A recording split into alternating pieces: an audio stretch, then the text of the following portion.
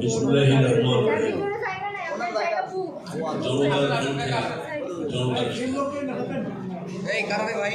অসাধারণ আজকের এই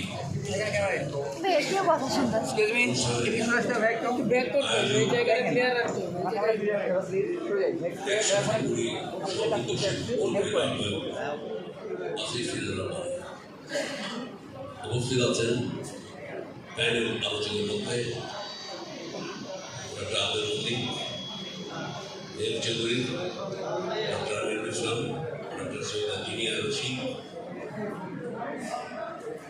মোহাম্মদ শফিক মিঠু। উপস্থিত আজকের অনুষ্ঠানের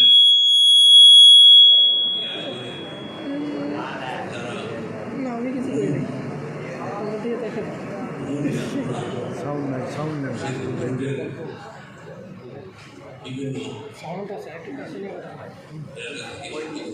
স্থান থেকে আসা পেশাজীবী, শ্রমজীবী,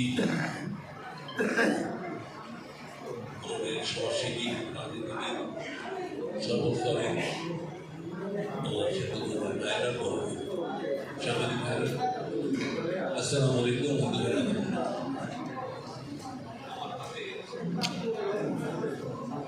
আমার হাতে আজকের কিতাব আমি পেয়ে গেছি।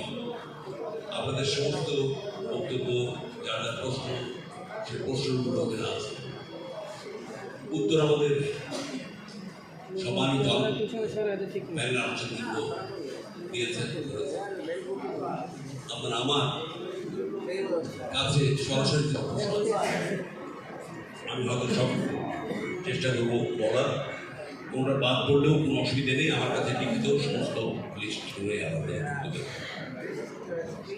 আমি শুরুতেই যাচ্ছি আমার জুলাই যোদ্ধা দু ভাই এখানে কথা বলেছেন, আমি ওদের উত্তরটা দিয়ে শুরু করি। আমাদের তরুণ প্রজন্মের অবস্থা আছে কিনা, বিষয়টা বড় চমৎকার। ছোট্ট প্রশ্ন, উত্তর তীব্রভাবে উত্তর দিচ্ছি। দেখুন, মানুষের মনোজগৎ আল্লাহ ছাড়া কেউ বুঝতে পারে না। আর একজন বুঝতে পারে, আর দুজন বুঝতে পারে, আপনার জন্মদাতা মা বাবা। আমি এখানে যারা বলতে চাই, বয়স ভেদে আপনার দাদা, আপনার বাবা এবং আপনার সন্তান, তিনজনের তিন রকম মনোজগতের সৃষ্টি হয় বয়স ভেদে।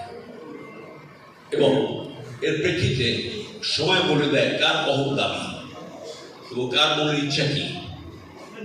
আমরা যার প্রতি, আমরা এবার জুলাই গণঅভ্যুত্থান বা জুলাই যোদ্ধাদের যে মনোবাসনা, তাদের যে ইচ্ছা, তাদের যে আকাঙ্ক্ষা, সেটা আমরা বুঝতে পেরেছি। অনেক অজানা জিনিস আপনাদের কাছে আমরা শিখেছি। এবং আমি বিশ্বাস করি যে আমাদের বিগত সময়ের যে ধারা, রাষ্ট্রীয় বলেন, সামাজিক বলেন, পারিবারিক বলেন, এটাকে বদলাতে হবে, পরিবর্তন করতে হবে। এই পরিবর্তন ধারাটাই আপনারা মিল করেন, আমার বিশ্বাস। এবং এই পরিবর্তনটা কি, আমি একটা উদাহরণ দিই, ছোট্ট উদাহরণ দিই। যেমন ধরেন, আমরা রাজনীতিতে কি করি, আমরা রাজনীতিতে একটা আমি শব্দ আছে, আমরা একটা বলা শিখিনি। আমরা আপনাদের কাছে শিখতে চাই, শিখেছি যে আমি না। এবং সারা পৃথিবী আজকে আমিত্ব নাই, সারা পৃথিবী আজকে আমরা। এবং একই সাথে আসিফ সিরাজ রাব্বানীর যে সামাজিক উদ্যোগ, এখানে কিন্তু বলা আছে একসাথে, আমরা সবাই একসাথে করি, সমৃদ্ধ সে প্রতিরোধ। আমি বিশ্বাস করি আমাদের যে চিরাচরিত, যে স্বভাবচরিত সামাজিক রাজনৈতিক সব কিছু মিলিয়ে আমাদের পরিবর্তন দরকার। তো সেদিক থেকে আমরা অনুধাবন করবো আমাদের চাওয়া, আপনাদের তরুণদের, তরুণ তো আমি প্রবীণ, আমার সন্তান তরুণ, আমার ছেলেমেয়েরা তরুণ, আমার কর্মীরা তরুণ, আমার জনগণের তরুণ, আমার বুঝি। কাজে এটা নিয়ে আমার বিশ্বাস যে, আর আমি এটুকু আশ্বস্ত করতে পারি, আমি এবং আমার দল তারুণ্যের নির্ভর আমরা জানি যে ভোটারের 30% 4 কোটি ভোটার তরুণ। শুধু ভোটের জন্যই কি আমরা আসছি আজকে? না, তরুণদের যে করণীয়, তাদের যে চাওয়া, সেটাকে একটু বুঝে আমরা ইনশাআল্লাহ সিদ্ধান্ত নেব। এবং তারুণ্য নির্ভর আমাদের অনেক কর্মসূচি আছে। আমি আজকে সেই কর্মসূচি সার্বিকভাবে আলোচনা করবো না, শুধু এইটুকু বলি যে তারুণ্যের যে চাওয়া, সেটা আমাদের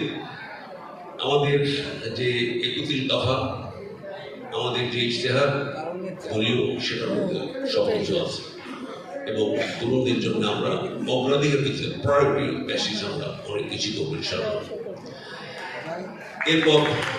এরপর আসেন যে আপনারা বলেছেন একজন যে 500 জন আমাদের জুলাই যোদ্ধা, তাদের জন্য যারা নিহত হয়েছেন তাদের পরিবার, যারা আহত হয়েছেন তাদের পরিবার নিয়ে সমাজে আমরা জানি যে সরকার, অন্তর্বর্তীকালীন সরকার জুলাই যোদ্ধাদের যথেষ্ট করছে।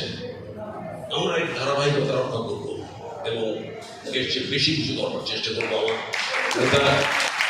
আমাদের নেতা তারেক রহমান সাহেব তার বক্তব্য বলেছেন, আপনারা শুনেছেন যে জুলাই যোদ্ধাদের নিহত এবং আহত পরিবারের দায়িত্ব মহান, এবং এটা আমরা আমাদের দায়িত্ব। কাজে এই বিষয়েও আমরা কথা দিতে পারি। আমরা ইনশাআল্লাহ জুলাই যোদ্ধাদের পুনর্বাসন এবং তাদের যে দেখভাল এবং তাদের বিষয়ে আমাদের বিবেচনা আছে, আমরা করবো ইনশাআল্লাহ।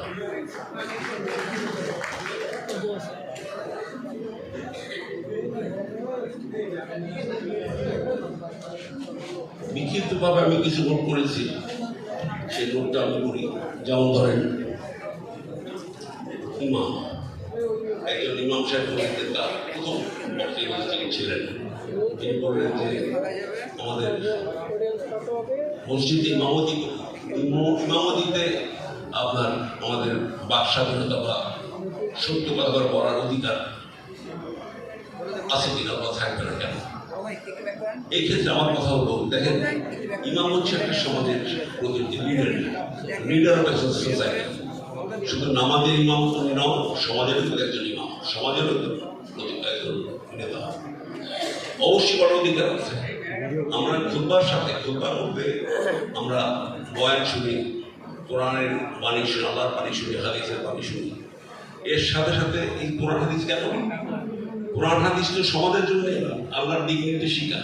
এই দিক নির্দেশিকা আপনারা বলেন, এর সাথে কি বলা হয়? বলেন যাদের সত্য কথা বলেন, তাদের মিথ্যা বলবেন না, মানুষের হক নষ্ট করবেন না, এবং ভাই ভাইয়ের সম্পর্ক রাখেন। সবচেয়ে বড় কথা, দুর্নীতির বিরুদ্ধে একেবারে সোচ্চার হয়ে যান। কেন বলবেন না? আপনি দুর্নীতির বিরুদ্ধে, সন্ত্রাসের বিরুদ্ধে বলবেন। তবে একটি কথা, যে এখানে নিরপেক্ষতাকে বজায় রাখতে হবে। ইমাম সাহেবকে বুঝতে হবে যে তার কথায় যেন রাজনৈতিক কোনো শিষ্টাচারের বাইরে না চলে যায়, এটা বুঝতে হবে। এবং আমি মনে করি ইমাম সাহেবরা প্রশিক্ষণ আছে, অনেক ইমাম সাহেবের, এখানেও কিন্তু ইমাম সাহেবের প্রশিক্ষণ দরকার। এবং আপনার এখানে একাডেমি আছে, ইসলামিক ফাউন্ডেশন আছে, ইসলামিক ফাউন্ডেশন। এখান থেকে আমার বিশ্বাস যে আমরা ইনশাআল্লাহ আগামীতে যদি আপনাদের ভালোবাসায় আমরা আসতে পারি, আমরা ইসলামিক ফাউন্ডেশনকে ঠেলে সাজাতে হবে। এদের কাজ সার্বিকভাবে শুধু ঢাকায় বসে রিসার্চ করে আর কি করে, আমরা এদের কাজ আমি নিজেও ব্যক্তিগতভাবে আমি বুঝতে পারি না। এদের কাজ সার্বিকভাবে সারা বাংলাদেশের মসজিদ মাদ্রাসায় লোক তদারকি করা, এবং এই সব জায়গায় তাদেরই কাজ। ইমামদেরকে প্রশিক্ষণ দেওয়া, ইমাম সাহেবদের কিভাবে বলতে হবে, কিভাবে চলতে হবে, এবং তাদের সামাজিকভাবে যাদের একটা বাধা আছে, সেই বাধাকে অতিক্রম করে তাদের নিরপেক্ষতা বজায় রাখার কাজ করতে হবে। আমরা আসিয়ে পরে শিক্ষকদের প্রাইমারি শিক্ষা, মাধ্যমিক শিক্ষা আপনার বলা হয়েছে, অবকাঠামোর কথা বলা হয়েছে। আমার বিশ্বাস 91 থেকে 2006 পর্যন্ত বহু অবকাঠামো করে গেছি, তারপরে তো ঘরের শেষ নেই। ছাত্র বাড়ছে, বছরে ছাত্র বাড়ছে, ছাত্রী বেড়ে যাচ্ছে, এবং সেক্ষেত্রে অবকাঠামো বেড়ে যাচ্ছে। দেখেন না, একতলা থেকে দোতলা থেকে 3 তলা, এবং স্থান থাকবে সেটা আরেকটা বিল্ডিং এভাবে কাজ হচ্ছে। এটা একটা চলমান প্রক্রিয়া। অবকাঠামো প্রয়োজনের তুলনায় আমাদের এখনো কম, বিশ্বাস করি অবকাঠামো অবশ্যই শিক্ষার প্রাথমিক, বিশেষ করে প্রাথমিক, আমি তো মনে করি উচ্চ মাধ্যমিক শিক্ষা ব্যবস্থায় উচ্চ মাধ্যমিক স্কুলগুলোতে জমানো হয়েছে, কিন্তু অনেক প্রাইমারি স্কুল এখন আছে খুব দুরবস্থা, খুবই দুরবস্থা। অথচ একটা ফাউন্ডেশন, এডুকেশনের একটা ফাউন্ডেশন ছাত্রছাত্রীর জীবনে, সেখানে আমার মনে হয় যে এটাকে আরো বেশি গুরুত্ব দেওয়া উচিত, আমার দেব ইনশাআল্লাহ। তবে আমাদের এখানে আমাদের শিক্ষাবিদ মিন্টু সাহেব ভালো কথা বলেছেন, শিক্ষার মা। আমি কিন্তু ওনার এই কথাটার উপরে সবসময় বলি যে দেখেন, অবকাঠামো না হয়েও কিন্তু আমরা একসময়, আমাদের জেনারেশন, আমরা একসময় গাছপালা কিন্তু আমাদের ঝাড়ঝাড়া করেছে।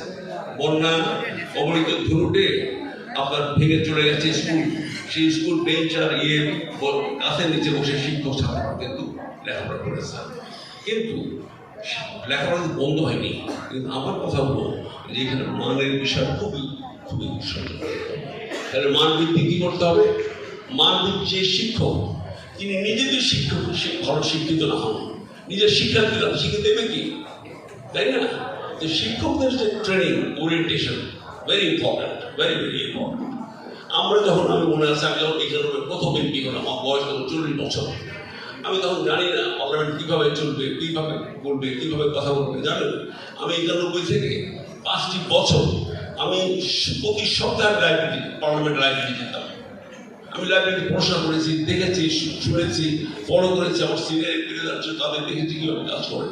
ভাই, শিক্ষা শেষ নাই, শিক্ষা শেষ নাই, শিক্ষা সবসময় থাকবে। এখন আমাদের শিক্ষা দরকার, প্রত্যেকের শিক্ষা দরকার। আপনি একবারে সবচেয়ে বড় শিক্ষা পিএইচডি করে আনলেন বলে আমাদের পিএইচডি ভাইদের আর শিক্ষার প্রয়োজন নাই, এটা ঠিক না। কাজে প্রশিক্ষণ দরকার। এবার আসি, ডাক্তার ভাইরা কিছু কথা বলেছে। ডাক্তার ভাইয়ের কথা, ডাক্তার সাহেবের কথা যেটা, সেটা হচ্ছে আমি মনে করি যে আপনার ডাক্তার এবং রোগীর সম্পর্ক আমাদের দেশে খুব ভালো। আমার ছোট ভাই ডাক্তার বলেছে, কেন ভালো? এখানে একটা ব্যাপার আছে, এখানে ডিমান্ড অ্যান্ড সাপ্লাইয়ের ব্যাপার আমরা বলতে পারি। সেটা কিরকম? যে ডিমান্ড বেশি, আমার ডাক্তারের সংখ্যা আরো বেশি দরকার, কিন্তু রোগীর সংখ্যা বেশি, আমার ধারণা এটা। আরেকটা কথা হলো যে অ্যাটিটিউডটা যেন ডাক্তার সাহেবের সব করছি না, অ্যাটিটিউড রোগীরা অবশ্য ডাক্তার সাহেব বলে, ডাক্তার সাহেব ব্যবহার করো না। পরে যে আমরা যখন ভারতে যাই অথবা থাইল্যান্ডে যাই, সেখানে ডাক্তার সাহেবদের খুব অনেকক্ষণ রুগী দেখে, খুব ভালো ব্যবহার। এটা কিন্তু বিশেষ ক্ষেত্রে, আমি সব ডাক্তার দাঁড়ায় না, যারা আমাদের দেশে খুব বেশি মানে বিখ্যাত হয়ে গেছে, অনেক সিনিয়র ডাক্তার, তাদের তো সিনিয়র 2 মাস লাগে। অথচ ভারতে একই স্ট্যান্ডার্ডের ডাক্তার, আপনার ব্যাংককে, থাইল্যান্ডে, সিঙ্গাপুরে একই স্ট্যান্ডার্ড ডাক্তার আপনি যান, রুগী দেখবেন। এখানে একটা বিষয় আছে, এই ডাক্তারদের দোষ নাই, আমি ডাক্তারের দোষ দিই না, এটা রুগীর দোষ। আমাদের এই কি বলে, এটা একটা মনের দোষ আর কি। আমরা ইনস্টিটিউশন, দেখেন থাইল্যান্ডে যে আমরা ডাক্তার বুঝি না, আমরা ইনস্টিটিউশন বুঝি, ডিপার্টমেন্ট বুঝি, যে ওর নিউরোলজি ডিপার্টমেন্ট, আমি রুগী দেখাই, আর ওরা সিলেক্ট করে দেয় যে কোন ডাক্তার। অর্থাৎ আমরা কিন্তু ইনস্টিটিউশনে যাই, ডাক্তারের যাই না। আর এইখানে হলো ইনস্টিটিউশন না, ব্যক্তি ডাক্তার যাই, ওই ডাক্তারই দেখাবো, কিন্তু তার চেয়ে অনেক ভালো ভালো ডাক্তার, ইয়াং ডক্টরস আছে, কিন্তু ওই সিনিয়র ডাক্তার বাদ দিয়ে তাদের যাই। এটা আমাদের রুগীদেরও দোষ।